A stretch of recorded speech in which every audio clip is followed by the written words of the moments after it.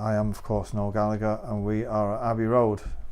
So we're shooting a video for my next single, High Flying Birds' next single. They were filming us rehearsing, so it's the last day of rehearsals before we go to America for start of the next ill-fated attempt to try and conquer the American market. But yeah, so we're filming it and turning it into a video as well. If there was one word I'd use to sum it up, it would be reflective.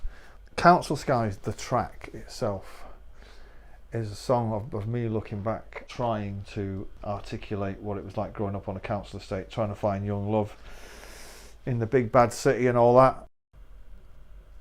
Yeah, when I'm writing with other people, there's no particular approach unless the person that I'm writing with has got a specific idea of what they want. Then I just go in and see what happens on the day. Well, Johnny has been a friend of mine for 30 years. This is not the first time he's played on my records. This is the fourth, fifth time. And he played on Oasis tracks. So he's on the firm. And the Pet Shop Boys, I seen them at Glastonbury this year and they were amazing. I've always been really admire the songwriting. I just asked them, and there's no big kind of concept behind it all. It's just, you know, I was listening to some tracks and going, oh, that might work, it might not. You know, these things, again, you know, asking Robert Smith to do a remix of that track could have gone either way. Could have been fucking dreadful, you know. As it turns out, it's far out, man. Well, one of the great privileges in a musician's life, if you're lucky enough, is to work in Studio 2 at Abbey Road. It's a great few days, you know. I get more people calling me when I'm at Abbey Road, like, oh, I was going to swing by the studio, fucking, you know. It's ground zero, isn't it, for us? So, but great, it's always fun. The strings are, I mean, they sound majestic in that room, and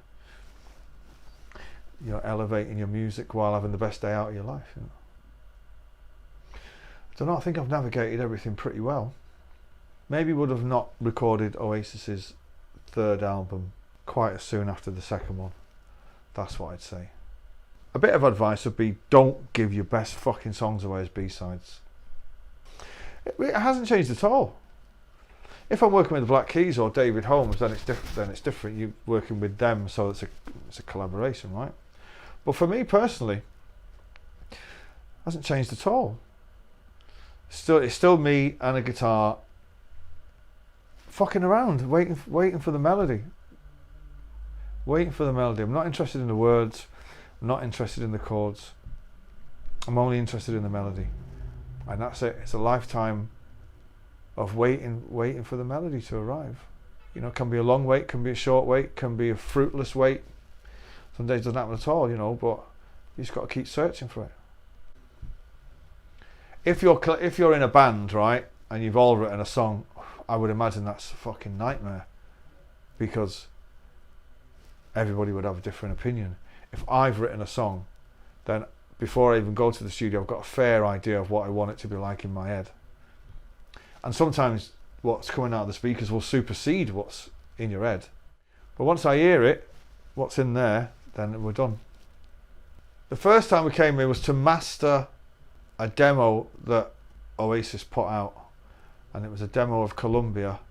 Yeah, I don't think I got to look in any of the studios. I do remember being here though, and yeah, it was to master the demo of Columbia. The first single that was bought for me was by Leo Sayer, called The Show Must Go On or Won't Let the Show Go On. I should really remember the fucking title. Great tune. He was on Top of the Pops dressed as a clown, and I must have found that somehow becoming. My first album I bought was Nevermind the Bollocks by the Sex Pistols.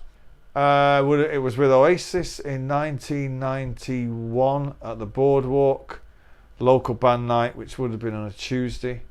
There was no one there. It certainly was no evidence on stage of what was to come. Although we did play Columbia. But it was instrumental at that point. Yeah. And it was a very stressful time, because on about 2 days before the gig, I'd realised that I'd never, ever, ever played guitar standing up in my life. Not only that, I didn't own a guitar strap. And I used to rehearse sitting down. And I had to go and hastily borrow a guitar strap. I thought it was a disaster. Yeah, playing standing up, it was really fucking weird, really stressful. Our first gig is on record somewhere, someone's got it. Manchester Apollo, 1980 or late 79, seeing The Damned. Yeah, fucking amazing. Still one of my favourite bands, and it was like, you don't need me to tell you what what it's like when you go to your first gig. It's life-changing, isn't it? Well, the first lot song I learnt to play all the way through on the guitar was House of the Rising Sun.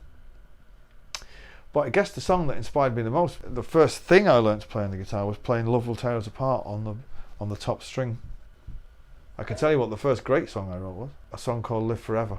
And I wrote it in India House, which was an old converted building from the Industrial Revolution, been converted into flats. Yeah, I wrote it one afternoon when I was on the dole and took it down to rehearsal that night, and none of the band would believe that I'd written it. They thought it was like some classic song from the 70s or something. Oh ye of little faith.